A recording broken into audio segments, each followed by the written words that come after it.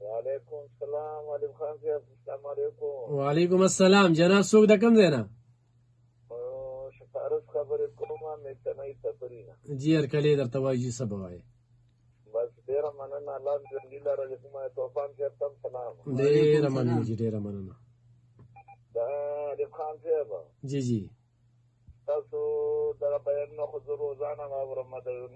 نهو بجو پورې اورم چې کله تاسو اسلام علیک وکړئ چې کومه تر هغه ټیمه پورې زه ریډیو د ګورې زه ته پروت یم او اورم صحیح صحیح صحیح تاسو ټول بیانونه اورم د منصور صاحب او ستاسو دا ټول اورم چې کومه خو داسې کار دی جی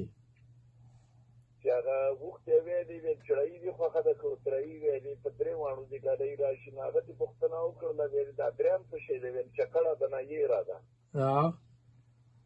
نو زه ته یم چې حکومت کې کومه یې نشته دی په خدای دې یقین کېږي چې زړه م چاودی دی چې کومه نه خو ساله چل نه راځي چې څه وکړو ولاکې په طریقه باندې پوهېږو هر یو شی دومره ګرانۍ سره مخ ته چې کومه د طالبانان خلک داسې دي چې د کلیوالو علاقو کې تاسو که وکتل دلته بره دې غرونو طرف ته که تاسو راغلی تاسو دا خلک وکړه قسم په خدای دی چې خلک په شوک او په ډاکو مجبوره دي تېرې بالکل همداسې ده او نو دا شیري علاقه خو بیا به زه چې کومه چاته مالټې ټماټر ګاډۍ ماډۍ خو به چاته وچلی څه خو به خلک چې څه به واخلي